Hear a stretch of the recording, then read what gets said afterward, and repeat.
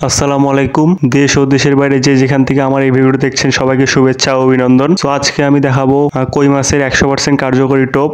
কই মাছের টোপ তৈরি করার জন্য আমার প্রথমে পাউরুটি প্রয়োজন, যে কোনো কোম্পানির যে কোনো পাউরুটি হলে হবে, এবং একটা প্রয়োজন ডিম, যে কোনো ডিম, মুরগি, হাঁস, তারপরে কোয়েল পাখি, যে কোনো একটা ডিম নিলেই হবে। তো আমি মুরগির ডিম নিয়েছি। তো এখন আমি পাউরুটিটা বের করে নিচ্ছি প্যাকেট থেকে পরিমাণ মতো। তোমরা তোমাদের পরিমাণ মতো বের করে নিবা, নিয়ে দেন তারপরে আমি পাউরুটির উপরে যে লাল অংশগুলো দেখতে পাচ্ছ ওই অংশগুলোকে ফেলে দিব, কারণ আমার পাউরুটিটা কি বলে সাদা যেহেতু করব আমি, যেহেতু যত সাদা করবা তত মাছ পানির নিচে দেখতে পারবে, যেহেতু পানির নিচে পানি ঘোলা থাকে, পানির নিচে কালো হয়ে থাকে। তো ওই জন্য আমি উপরের কালো অংশগুলো ছেলে ফেলে দিচ্ছি। তো ওইগুলা ছেলে ফেলা হয়ে গেলে আমি এর মধ্যে এই পাউরুটিটা পুরো ঝরঝরা করে নিব, হাত দিয়ে ঘুষে ঘুষে পুরো ঝরঝরা করে নিব। যতক্ষণ না ঝরঝরা ততক্ষণ আমি এটা ঘষতে থাকবো। তো দেখতে থাকো কিভাবে করি, এবং আমি ভিডিওতে যেভাবে দেখাবো ঠিক তোমরাও ঠিক ওইভাবেই করবা, তাহলে মাছের 100% কার্যকরী টোপ হয়ে যাবে। আমি যেভাবে দেখাচ্ছি আর তোমরা যেভাবে দেখতে পাচ্ছ স্ক্রিনে ঠিক ওইভাবেই করবা। আমি আগে ঝরঝরা করে নিলাম, আমার ঝরঝরা করা প্রায় শেষের দিকে। পাউরুটি যেহেতু অনেক নরম, কিন্তু বেশিক্ষণ লাগে না,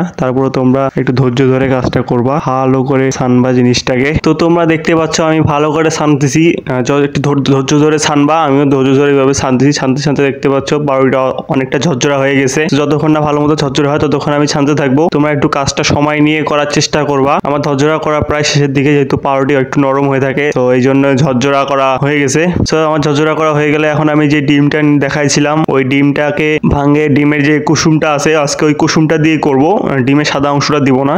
ডিমের সাদা অংশটা তোমরা অন্য কাজে ব্যবহার করতে পারো বা ভাজেও খেতে পারো। তো দেখতে পাচ্ছ আমার ঝরঝরা করা হয়ে গেছে। এখন আমি ডিমটা ফাটাই নিব, ফাটাই নিয়ে ডিমের যে কুসুমটা আছে আর কুসুমটা আলাদা করে নিব। নেওয়ার পরে কুসুমটাকে আমি পাউরুটি, ঝরঝরা করা যে পাউরুটি আছে এই পাউরুটির মধ্যে দিয়ে ভালো করে মিক্স করতে থাকবো, যতক্ষণ না পাউরুটি একবারে ভালো করে ছানা হয়ে যায় বা একটা ডো তৈরি হয়ে যায়, ততক্ষণ আমি ডিমটার কুসুমটা দিয়ে মাখতে থাকবো। তো আমি ডিমের কুসুমটা এখন আলাদা করে নিলাম। তারপরে এখন আমি ডিমের কুসুমটা পাউরুটির গুঁড়া করা পাউরুটিগুলোর মধ্যে দিব, দিয়ে ভালো করে মাখতে থাকবো। দেখো আমি কিভাবে মাখি, অবশ্যই তোমরা কাজটা ধৈর্য ধরে করবা, এবং আমি যেভাবে দেখাচ্ছি এইভাবে করলে তোমাদের 100% মাছ ধরবে, কই মাছ 100% ছিপে ধরবে আশা করছি। তো দেখতে পাচ্ছ আমি যেভাবে মাখতেছি, পুরো 2 হাত দিয়ে ভালো করে মাখতেছি, যাতে যত মাখবো তত জিনিসটা একবারে সফট হবে বা নরম হবে। তো তোমরা এইভাবে 2 হাত দিয়ে ভালো করে মাখবা, যতক্ষণ একটা ডো তৈরি হয় ততক্ষণ আমি মাখতে থাকবো। তো দেখতে থাকো আমি কিভাবে মাখি, পুরো ভালো করে চিপে মাখতেছি। দেখো এই মাছের পুরো 100% কার্যকারী টোপ এটা হবে, কই মাছের 100% কার্যকারী টোপ। অনেক সুন্দরভাবে মাখতেছি, মাখতে দেখো একটু শক্ত হয়ে গেছে।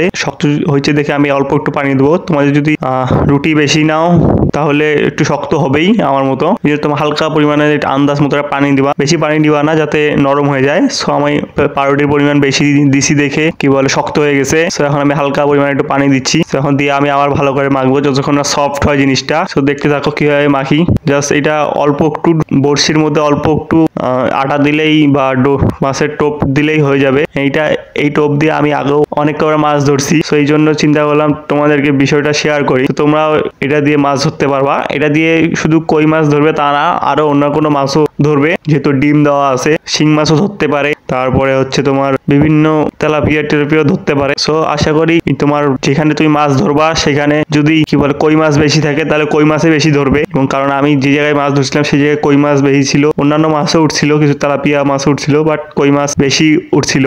সো দেখতে পাচ্ছ কি সুন্দর সফট হয়েছে টোপটা, আমি যেভাবে ভিডিওতে দেখাইলাম। তো এইভাবে তোমরা যদি করতে থাকো ইনশাআল্লাহ 100% কার্যকরী টোপ হয়ে যাবে। এই টোপটা তোমরা কিছুক্ষণ রাখে দিবা, মানে কিছুক্ষণ আলাদাভাবে রাখে দিবা, 2-3 ঘন্টা রাখে দেওয়ার পর দেন ইউজ করবা, মানে মাছ ধরা 2-3 ঘন্টা আগে বানাবা তাহলে হয়ে যাবে। সো দেখতে পাচ্ছ আমার টোপ বানানো হয়ে গেল। সো এইরকম ভিডিও যদি আরো পেতে চাও বা আরো কোনো মাছের টোপ বা চার নিয়ে ভিডিও পেতে চাও তাহলে কমেন্টস করো, আর চ্যানেলটা নতুন হয়ে থাকলে সাবস্ক্রাইব করো, কারণ আমি এই মাছের চার নিয়ে আবার বিস্তারিত ভিডিও বানাবো। এবং আমি কৃষি বিষয়ক যে কোনো ভিডিও বানাই। সো কৃষি বিষয়ক যে কোনো ভিডিও পরামর্শ লাগলে আমাকে কমেন্টস করে জানাতে পারো, বা কি ধরনের কৃষি ভিডিও লাগবে সেটা আমাকে কমেন্টস করে বলতে পারো, বা আমার ইমেল করতে পারো। আমি চেষ্টা করব তোমাদের ওই কমেন্টস বা তোমাদের ওই প্রশ্নের উত্তর নিয়ে একটা ভিডিও বানানোর। সো সেই পর্যন্ত ভালো থাকবা, সুস্থ থাকবা, আর চ্যানেলে নতুন হয়ে থাকলে চ্যানেলটা সাবস্ক্রাইব করবা। আসসালামু আলাইকুম।